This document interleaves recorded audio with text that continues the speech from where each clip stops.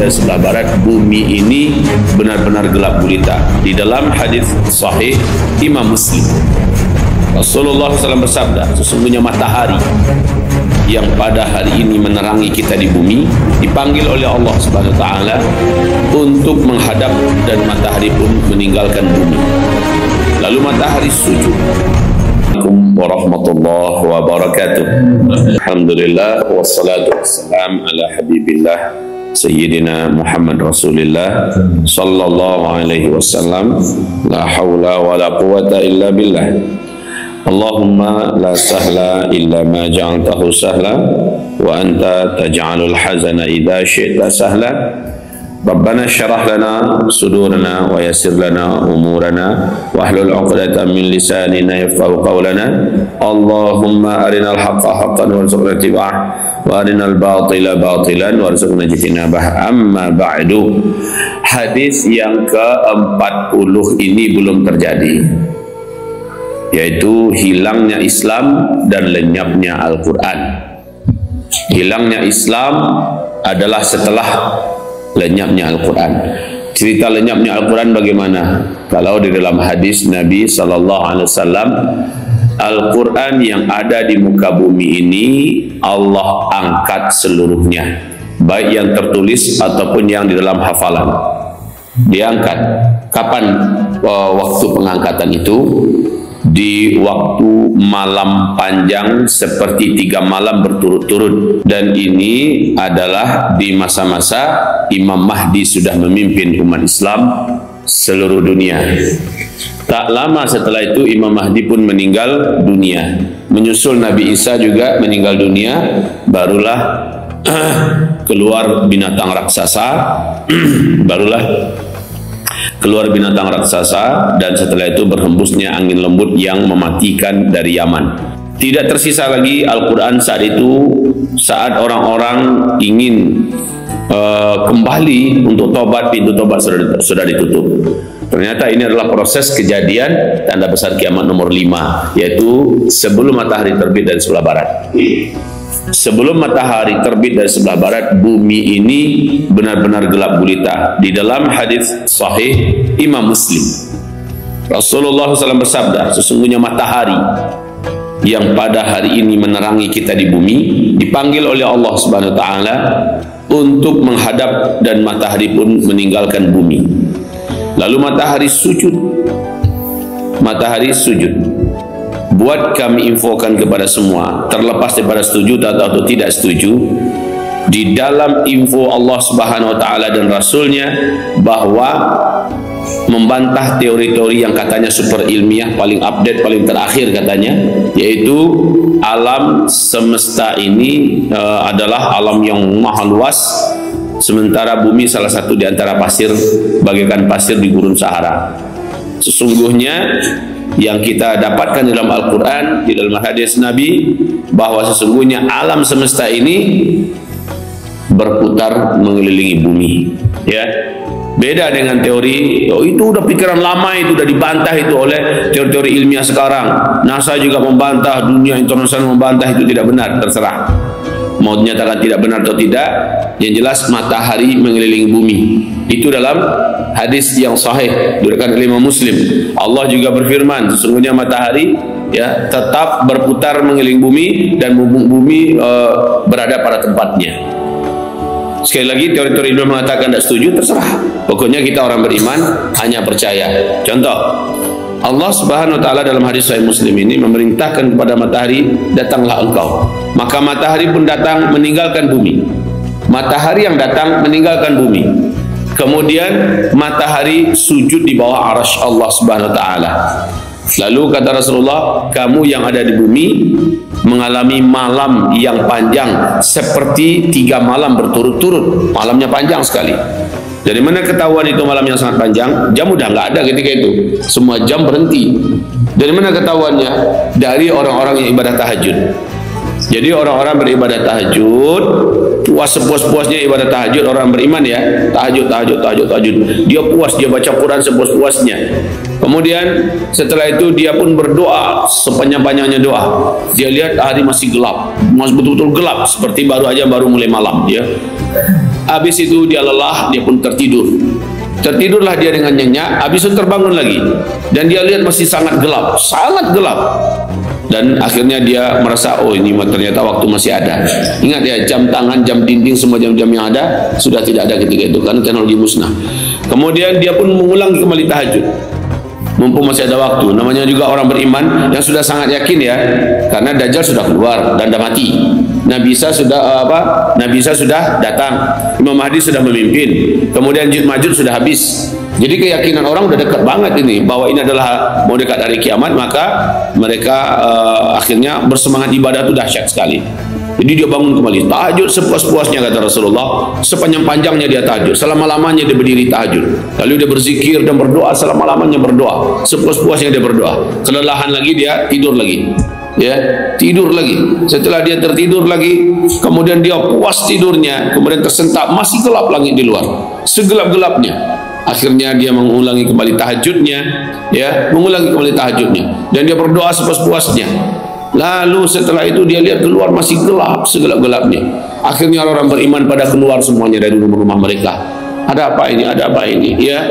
Kemudian sebagian orang berilmu pun sadar, ya Allah, memang Imam Mahdi sudah ada, Nabi Isa sudah turun, Dajjal sudah mati, Ya'juj Ma'juj sudah habis. Berarti ini yang maksud dengan matahari akan terbit dari sebelah barat. Itu keyakinan yang bisik-bisik orang beriman saat mereka keluar dari rumah mereka di kegelapan malam yang sangat gelap. Kemudian kata Rasulullah SAW, mereka pun berkumpul di masjid. Dalam hadis itu ya, entah masjid apa ini, tapi karena mereka di situ ada Imam Mahdinya, mereka pun berkumpul di masjid. Berarti di Suriah ini, ya sama lah dengan Indonesia. Kalau Indonesia masih ada orang beriman ya ketika itu ya. Kemudian Suriah pula, Palestina ya, di Palestina. Kemudian mereka pun berkumpul di masjid. Apa kata imam? Kumandangkan azan. Azan subuh pun dikumandangkan sampai as-salatu khairun minan naum, salatu khairun minan naum, menandakan subuh sudah diperkirakan masuk. Kemudian qomat, ya, salat sunat, lalu qomat dan berzikir. Zikir yang lama dan panjang, lalu berdoa pada Allah. Dilihat masih langit masih gelap, segelap-gelapnya di luar. Apa kata imam? Kayaknya kita tadi belum waktunya kita mengumandangkan azan.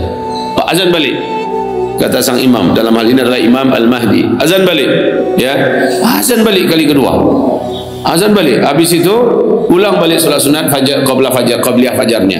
Setelah itu solat lagi, qomat, solat lagi, solat subuh, dibaca oleh imam bacaan yang terpanjang, ya, bacaan yang panjang sambil menunggu matahari untuk terang. Setelah selesai solat, ya, mereka pun berzikir dengan zikir yang lama dan panjang, zikir yang seharusnya ya. Lalu mereka berdoa menangis kepada Allah. Masih juga gelap di luar, ya, masih juga gelap di luar. Barulah setelah itu mereka dikejutkan, cahaya mulai nampak bukan dari timur, tapi dari sebelah barat. Matahari terbit dari sebelah barat. Betul-betul keluar matahari di sebelah barat. Keluar, dan sejak itu kata Rasulullah, orang-orang yang menunda-nunda tobat, pengen tobat tapi pintu tobat sudah ditutup. Tidak ada lagi tobat yang diterima oleh Allah Subhanahu wa taala. Orang-orang juga yang hafal Al-Qur'an kebingungan di mana Al-Qur'an yang dihafal, hilang semuanya. Bahkan Al-Fatihah dari tenggorokan pun hilang. Tidak ada lagi tersisa muka bumi Al-Qur'an satu ayat pun atau satu pun orang yang hafal Quran, hilang seluruhnya. Al-Qur'an diangkat oleh Allah di penghujung malam panjang itu, terakhir diangkat ke langit. Maka semua yang ada di muka bumi berlarian menuju kepada orang berimannya ya, kepada mushaf dan Al-Quran. Tinggal kertas-kertas putih saja lagi kata Rasulullah.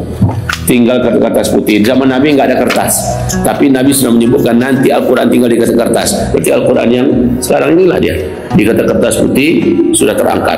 Yang ada hanya listnya aja lagi. Ya, Al-Qurannya sudah hilang. Al-Qurannya, dan orang-orang yang hafal Quran sering bertanya, mana hafalan kamu? Sudah hilang. Semuanya lupa. Ya, Al-Quran ini sesungguhnya sudah disimpan oleh Allah, bahwa Al-Quran hafalan si fulan sudah ada mereknya di situ. Nanti Al-Quran akan datang membela orang-orang itu di depan Allah di padang mahsyar nanti. Ya Rabb, aku yang dulu dihafalnya. Ya Rabb, aku yang dulu dihafalnya. Jadi masing-masing Al-Quran tampil di depan kita di hadapan Allah Subhanahu wa taala membela kita. Jadi begitu kisah tentang hilangnya Al-Quran ya. Al-Quran itu hilang, diangkat oleh Allah. Diangkat, bukan Al-Quran dibakar, para hafiz-hafiz dibunuh, tidak, tetapi memang diangkat di malam yang panjang ya. Maka siapa yang punya simpanan Al-Quran sekarang, berbahagialah, sebab Al-Quran lah penolong yang paling jujur nanti, yang paling kuat memberikan pertolongan. Selanjutnya, baru setelah itu Al-Quran lenyap, matahari terbit sebelah barat, Al-Quran lenyap, dabatul ardi keluar, dan berhembuslah angin lembut dari Yaman yang mewafatkan semua orang sedunia. Selesai, habislah Islam. Tidak tersisa lagi di muka bumi ada umat Nabi Muhammad SAW, ada orang masih kenal dengan Allah Subhanahu Wa Taala.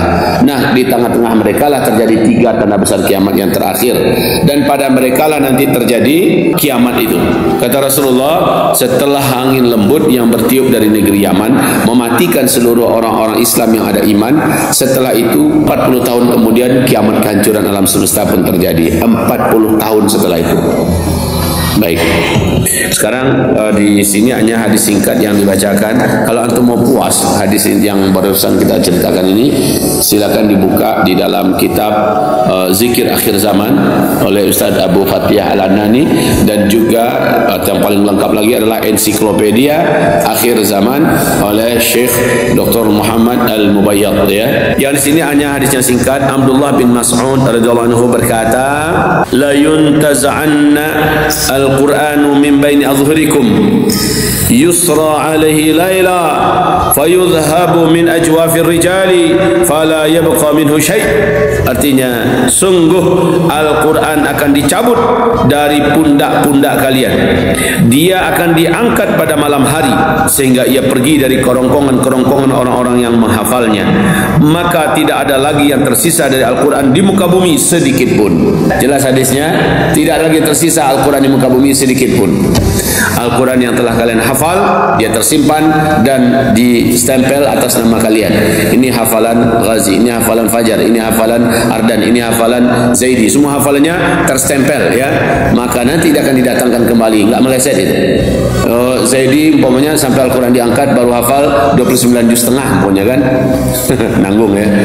29 juz setengah. Nanti Al-Quran itu terstempel atas nama dia. Kemudian pas Zaidi dibangkit kepada masyar, Al-Quran ini akan didatangkan kepada beliau. Dan Al-Quran ini yang hadir tampil di depan Allah Subhanahu Wa Taala. Ya Rabb, ya Allah, ini hambamu telah menghafal aku dan aku adalah hafalan Al-Qurannya.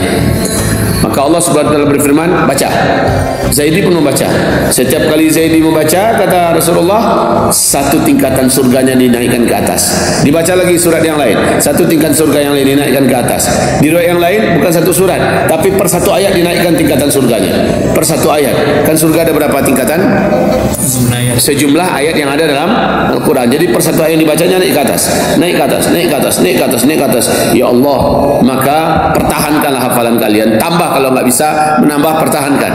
Ya, maka yang sudah dapat, inilah orang yang paling beruntung ya, orang yang paling sempurna keuntungannya. Itu hadis yang barusan saja kita baca, dan kisah bagaimana saat itu Imam Mahdi sudah muncul, Nabi Isa sudah turun, Dajjal sudah dibunuh, Ya'juj Ma'juj pun sudah dibinasakan oleh Allah SWT, dan dunia sedang kaya sekaya-kayanya, sedang makmur semakmur-makmurnya, dan dalam kemakmuran itu kita semuanya meninggal dunia.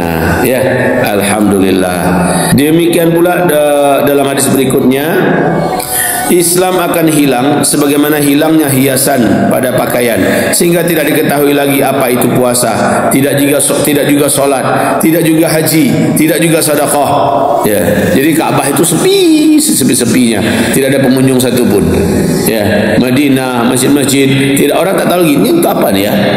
Dulu kayaknya ini dipakai orang dulu nih, orang ramai dulu di sini. Gitu aja cerita orang-orang yang tersisa hidup ya. Karena orang yang tersisa hidup benar-benar tidak kenal Allah, tidak kenal Islam. Jadi masjid-masjid yang ada sholat semacamnya hanya di bahan cerita.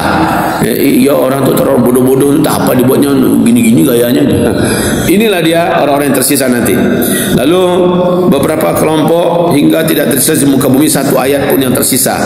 Hanyalah beberapa kelompok dari manusia, kakek-kakek dan nenek-nenek mereka berkata, kami mendapati nenek moyang kami mengucapkan kalimat ini. Lalu mereka mengucapkan la ilaha illallah, maka kami Kami pun mengucapkannya. Ya, itulah masa di mana Al-Quran telah hilang dari dada-dada setiap manusia Muslim. Bahkan tulisannya pun akan terhapus dari mushaf-mushaf mereka dalam satu malam. Gitu ya. Mungkin jelas ini belum terjadi, namun menurut apa yang kita apa yang telah dilengkapkan oleh Allah hari ini, kita merasa waktu untuk zaman ini sepertinya kemungkinan besar kita akan sempat menyaksikannya. Matahari terbit sebelah barat, Ya'juj Ma'juj keluar, kemudian Nabi Isa turun, Dajjal dibunuh, ini terbalik ya. Semuanya kita akan sempat menyaksikannya. Insyaallah taala. Insyaallah taala.